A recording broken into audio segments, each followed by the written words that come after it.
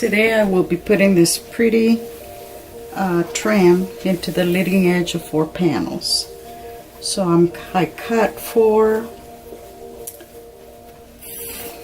trims, and I'm going to mark on the top the direction.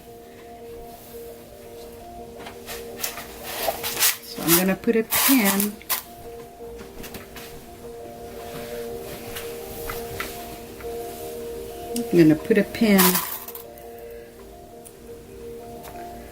on the top of each trim. That way I know that's the buckram side, the top part of the panel. So that way the direction of the trim is all the same on all the panels.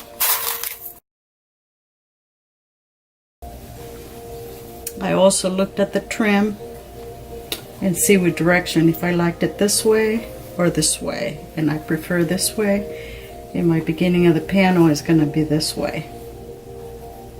That little S with this, I thought that was the prettiest for all the panels. My panels have been, the length have been determined.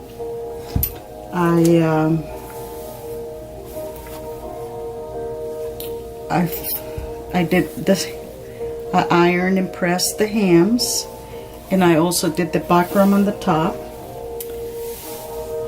and I did the side ham. I ironed the side ham of the leading edge, 1.5 double ham, so I can have this crease, and that would be my line that I use to mark where my flat trim is going to be.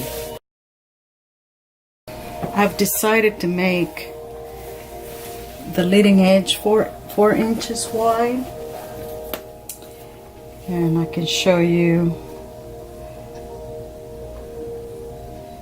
So if I do that 4 inches, then I'm going to have 3/4 of an inch here and 3/4 of an inch here. So with pins, I will mark the 3/4 of an inch. So I'm going to follow that crease, and with my lovely quilting ruler that it has all the lines, I'm lining it up on 3/4 and adjust as I go, and then I'm going to pin it. I like to make sure the pins are straight so there's no little curves on it. And then I move along all through the edge of the panel, adjusting. The leading edge is very visible on these panels, and if that trim is not straight, you would definitely can tell, and it does not look very attractive. So this extra step makes it look very nice and finished. So I continue pinning the 3/4 of an inch edge all the way down. Once I have all the pins, I double check it with this ruler. So I'll put it next to those pins because I know these rulers are very straight.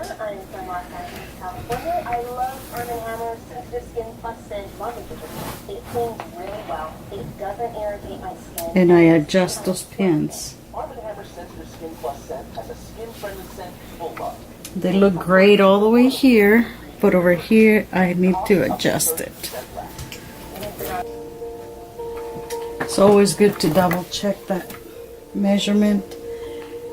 And now I'm going to put it on this side.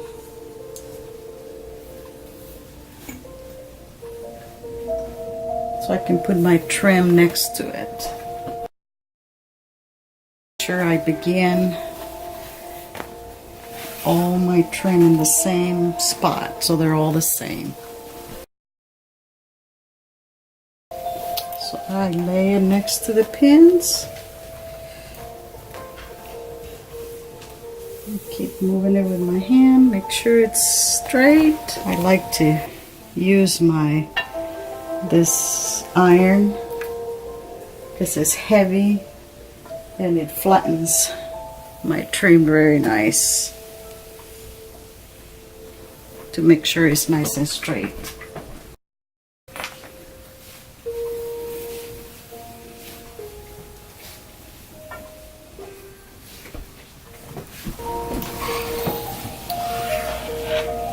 Some people use a special workroom glue to apply this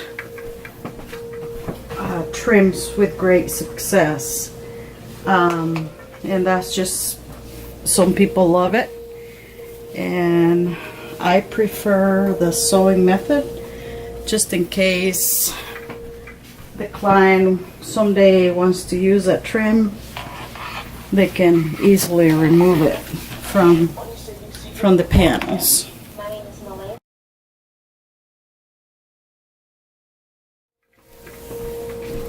When you do this application,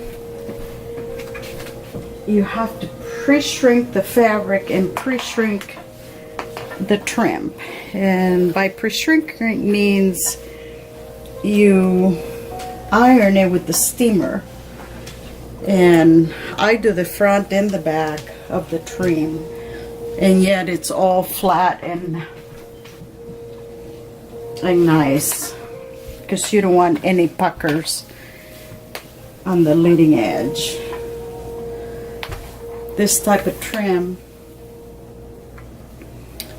you sew it with I put invisible zipper on the top of the iron, the sewing machine, and then so you don't see the stitching in the front.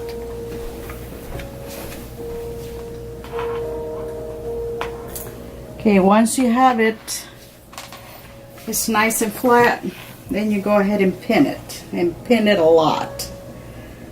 I do in the center, I put them in an angle. I find that in an angle doesn't move as much, and do it pretty close.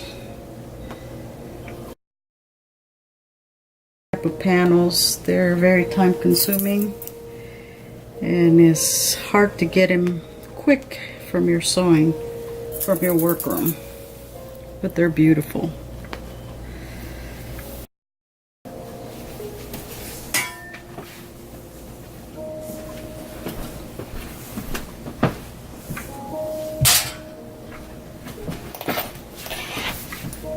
Then I take those pins that I use for marking I take and I pin them on the edge of the trim. As many pins as possible.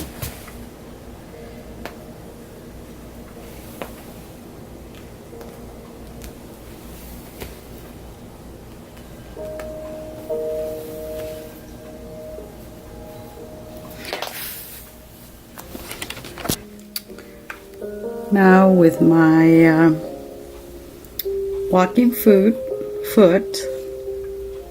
and with my invisible thread, I sew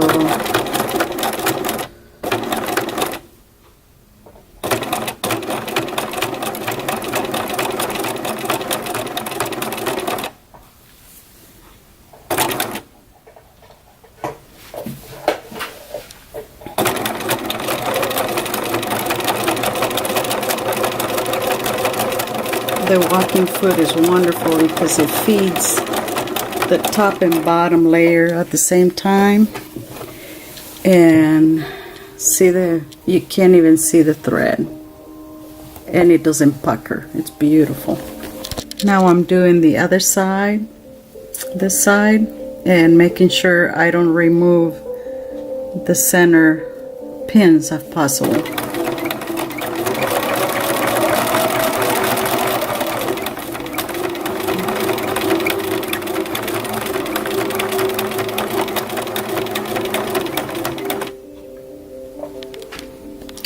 So I try to keep my center pins, that way the fabric doesn't move at all.